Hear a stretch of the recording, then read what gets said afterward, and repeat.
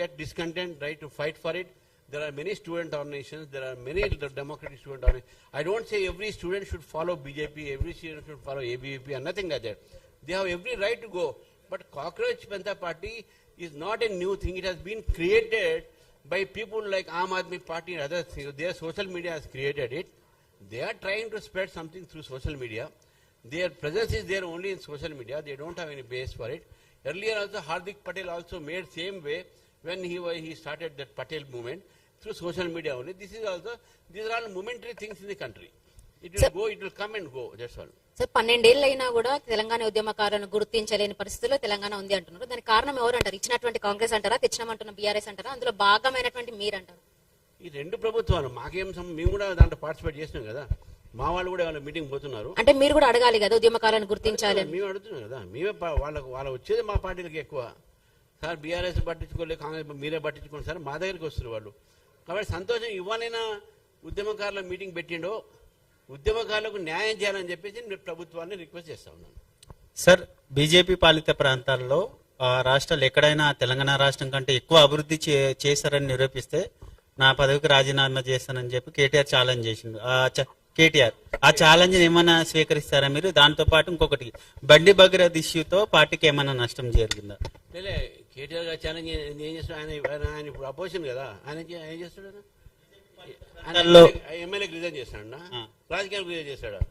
MLA పదవికి MLA చేసుకోమని చెప్పమని అయితే డెఫినెట్ చేయాల్సి వస్తుంది. ఆయన రాజకీయాలకు రిజైన్ చేస్తే ఇంకా మంచిది. నేను చూపెడతా నాతోని ఆయన నా బస్సులో తీసుకుపోతా, మంచి బస్ అరేంజ్ చేస్తా. ఆయన ఎమ్మెల్యేతో నాతో రానియండి, నేను ఒక్కడనే వస్తా ఆయనతో. బీజేపీ పాలిత అన్ని రాష్ట్రాలు కూడా పోయే వస్తాను. 2 రాష్ట్రాలు తీసుకుపోతా. తెలంగాణలో ఏ విధంగా అప్పుల రాష్ట్రంగా మార్చారో అక్కడ ఏ విధంగా డెవలప్మెంట్ రాష్ట్రాల కింద మారినాయి చూడండి. నేను చూపెడతా. నేను కేటీఆర్ గారు ఛాలెంజ్ చేస్తా ఉన్నాను. మన ఇద్దరం పోదాం, బస్సులో కార్లో పోదాం, బస్సులో పోదాం, 2 రాష్ట్రాలు తిరిగి వస్తాం బీజేపీ పాలిత రాష్ట్రాలు. తర్వాత మీరు వచ్చి ఇక్కడ మన ఇదే ప్రెస్ క్లబ్ ఇక్కడ మాట్లాడదాం, డిస్కస్ చేస్తాం మనం. సార్ బండి భగీరథ ఇష్యూతో పార్టీకి ఏమన్నా నష్టం జరిగిందా? ఎందుకంటే ఈటెల బండి సంజయ్కి సంబంధించి మరి ధర్మపురి వీళ్ళిద్దరి ముగ్గురి మధ్య నడుస్తుందండి. వాళ్ళ ముగ్గురు బాగానే ఉన్నారండి. వాళ్ళ ముగ్గురు బాగున్నారు కానీ ఇక మీరు బాగుంటే మాకు వాళ్ళ ముగ్గురు మంచిగానే ఉన్నారు, ఏం లేదు. అది పార్టీకి సంబంధం కాదు కదా. Nothing party. అన్న మీరు ఇందాక పవన్ కళ్యాణ్ గురించి మాట్లాడారు. ఇప్పుడు ట్రెండింగ్ లో ఉంది కాబట్టి అడుగుతున్నాం. తెలంగాణ ఏర్పాటును ఎవరైతే ఇష్టం లేదో వాళ్ళంతా ప్రతిసారి చెప్పే మాట ఏంటంటే తెలంగాణ ఏర్పాటును వ్యతిరేకించట్లేదు, తెలంగాణ జరిగిన విభజన తీరును వ్యతిరేకిస్తున్నామని చెప్తారు. మొన్న పవన్ కళ్యాణ్ వచ్చి కూడా గతంలో తెలంగాణ వాళ్ళ దిష్టి తగిలి కోనసీమ కొబ్బరి చెట్లు ఎండిపోయాయి అన్నారు. ఆ వ్యాఖ్యలు తెలంగాణకు వ్యతిరేకం కాదా? తెలంగాణకు సరే ఎవరైనా రెచ్చగొట్టినా సరే వచ్చి మీ అయ్య జాగీరా అని పక్క రాష్ట్రం వచ్చి ఒక వ్యక్తి అంటే దాన్ని మీరు తెలంగాణ వ్యక్తిగా ఎలా చూస్తారు? ఇప్పుడు మేము ఆ మాట మేము వింటే తప్పకుండా మేము ఇమ్మీడియట్గా రియాక్ట్ ఇస్తాం. మేము వెళ్ళే ఎవరు అన్నారా లేదా మాకైతే తెలియదు. అట్లా ఎవరైనా నాకు తెలిసింది ఏంటంటే ఒక కాంగ్రెస్ మంత్రి అన్నాడని, ఆయన జాగీరా తెలంగాణ అని అన్నాడని, దానికి నిన్న ఈయన తెలంగాణ 4 కోట్ల జనాభా జాగీరని ఈయనన్నాడు. ఈ 4 కోట్ల జనాభా జాగి ఇప్పుడు అంటుండో, గతంలో మా కుటుంబం జాగీరని చెప్పి వాళ్ళు పరిపాలించారు. కాబట్టి వాళ్ళ మాటలు నేనైతే వినలేదు. ఎవరు మాట్లాడినా ఎవరే కాదు, తెలంగాణకు ఎవరు అవమానపరిచినా, తెలంగాణ ప్రజల ఒక మనోభావాన్ని ఎవరు కూడా దెబ్బతీసినా దాన్ని బీజేపీ వ్యతిరేకిస్తుంది. సార్ ఇక్కడ సార్ ఇక్కడ సార్ ఇక్కడ 1 క్వశ్చన్ సార్. ఇప్పుడు అలయన్సెస్ గురించి సార్, కమింగ్ జిహెచ్ఎంసీ ఎలక్షన్స్ లో you will go solo or you will have alliances? As far as our now present plan is concerned, I said that we will fight alone. We are going alone, but we need the support of all the people and all fractions and all the groups for our victory. The alliances and other things will be decided by our national party leadership. That's all. Sir ఇక్కడ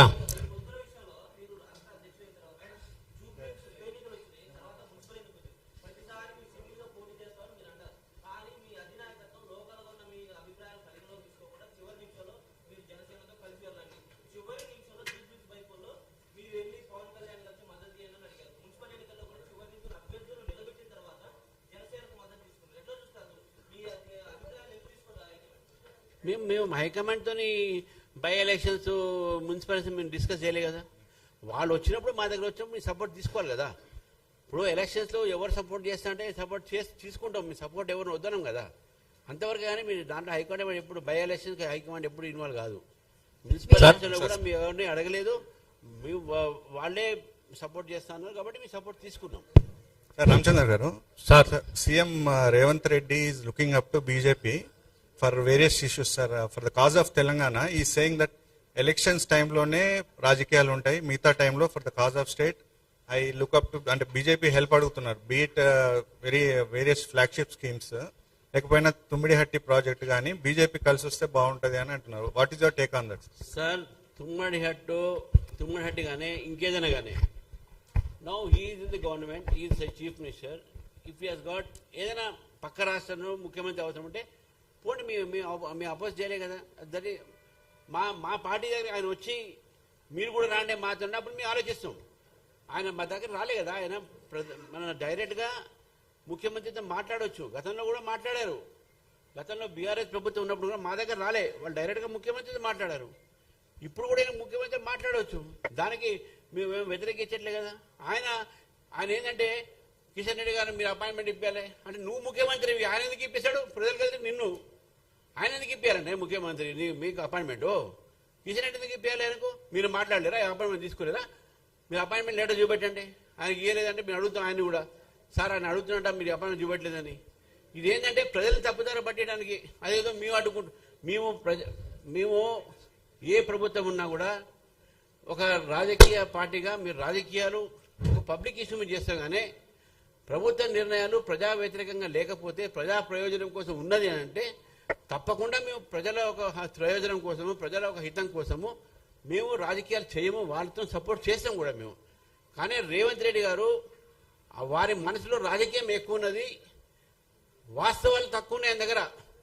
నిజంగా ఆయనకు ఆ ఒక public మంచి చేయాలి, తుమ్మరెడ్డి చేయాలి అంటే వారు అక్కడ పోయి మాట్లాడచ్చు. ఆయన ముఖ్యమంత్రి కదా, ఈయన ప్రధానమంత్రిని 10 సార్లు కలవచ్చు, కానీ ముఖ్యమంత్రి పక్కన కలవలేడా? మా మీద బ్లేమ్ చేయడానికి. లెట్ ఇస్ మీట్ ముఖ్యం. ఆయన చేయకపోతే మమ్మల్ని అడగండి, అందరం కలిసిపోతాం, ఆల్ పార్టీ మీటింగ్ పెడతాం. సార్ రామచంద్రరావు గారు, ఇప్పుడు మీకు ఈ కాళేశ్వరం ప్రాజెక్ట్ పైన సిబిఐ ఇన్వెస్టిగేషన్ మీకు చిత్తశుద్ధి ఉందా లేదా? ఇప్పుడు 9 నెలలు గడిచిపోయినాయి, మళ్ళీ ఇంకొక ప్రోబ్ కూడా వాళ్ళు సిబిఐకి పంపించారు, పవర్ పర్చేస్. ఇప్పుడు క్వశ్చన్ ఇస్, కాంగ్రెస్ అంటది మీరు డెలిబరేట్ గా దీన్ని డిలే చేస్తున్నారు టు షీల్డ్ బీఆర్ఎస్ లీడర్స్.